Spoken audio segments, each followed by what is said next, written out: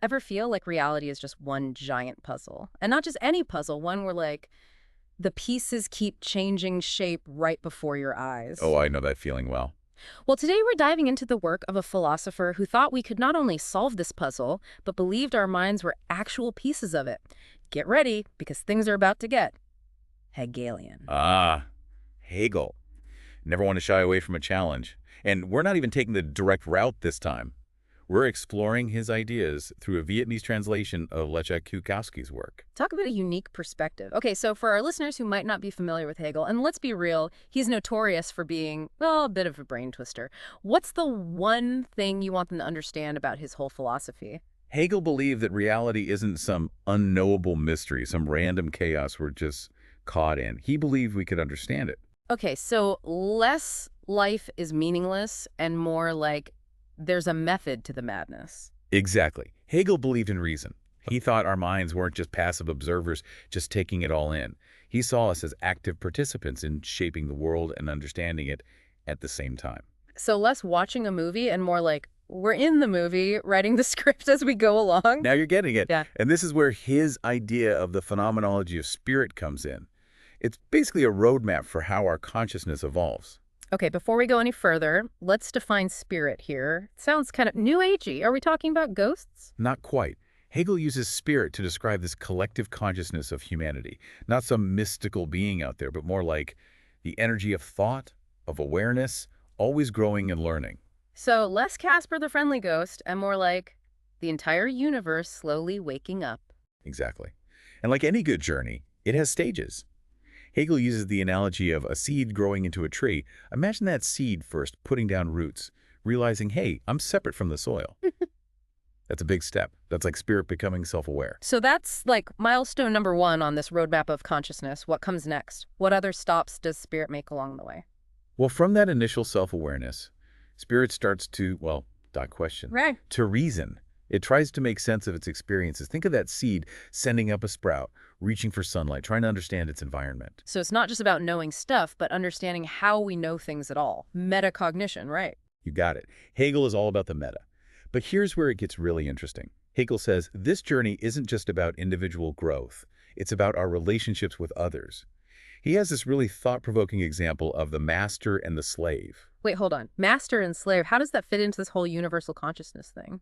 Hegel's point is that even in these power imbalances, which, let's be honest, are everywhere, both the master and the slave shape each other's consciousness. The slave, through their labor, through their very existence, develops a certain understanding of the world, a practical knowledge that the master who relies on them might not have. So even when we feel powerless, we're still shaping the world around us. There's a certain power in that.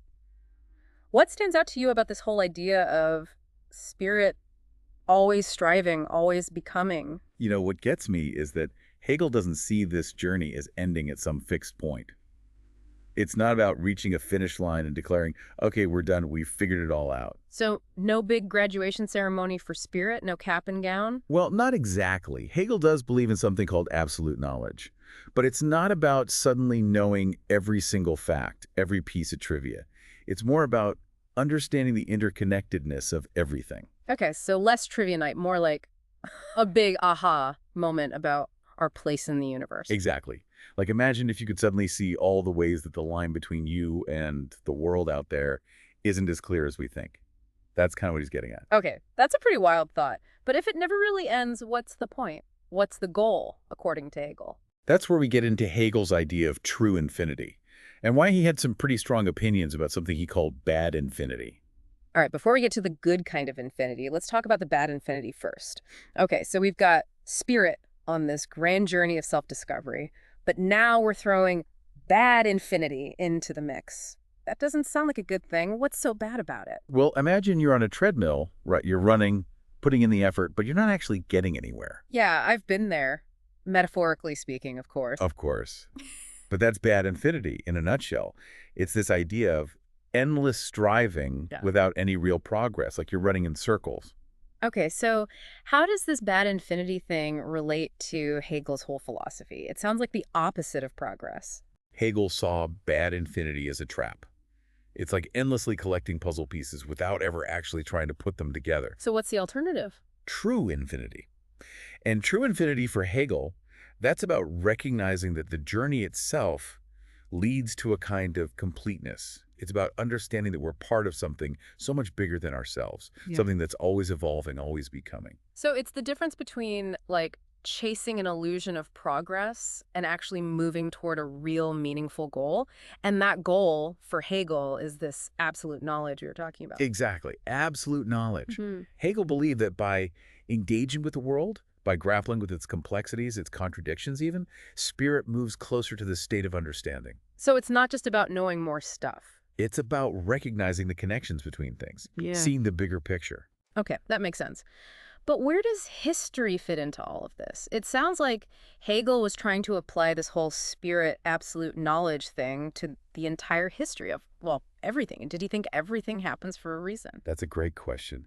And honestly, Hegel's view of history is one of the most debated aspects of his entire philosophy. Hit us with it. Well, on the one hand, he seems to suggest that history is this rational unfolding of spirit, this grand narrative where even the bad stuff, the wars, the revolutions, somehow contribute to this ultimate goal of absolute knowledge. So even the messy bits are part of the plan. In a way, yes.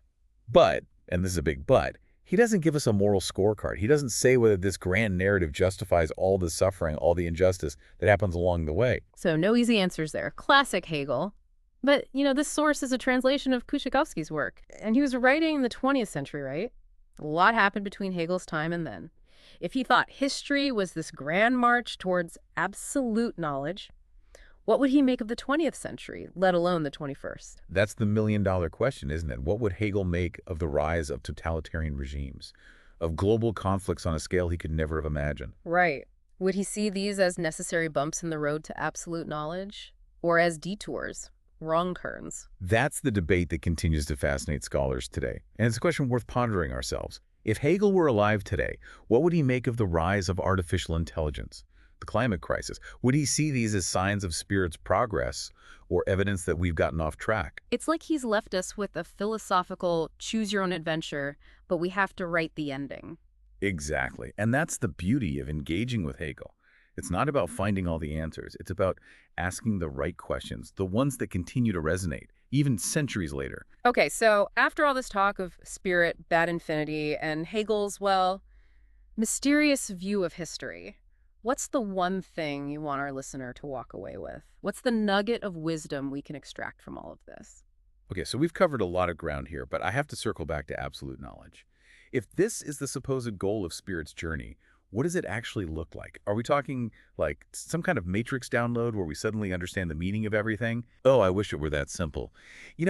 Hegel never really gives us a neat, tidy definition of absolute knowledge.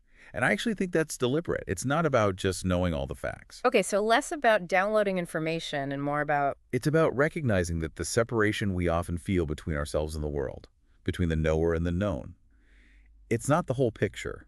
Hegel is saying there's a different way of seeing things.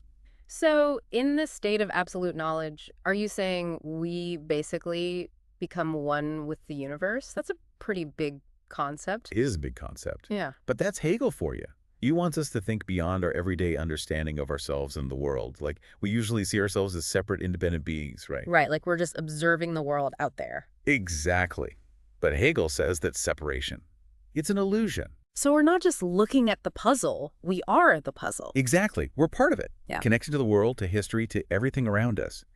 And absolute knowledge, that's about recognizing that interconnectedness. It's about understanding that we don't just experience the world, we actually shape it. And it shapes us right back. That is a pretty profound way of looking at things. But it also makes me think about our world today, I mean, we're living in the digital age. Information overload 24/7.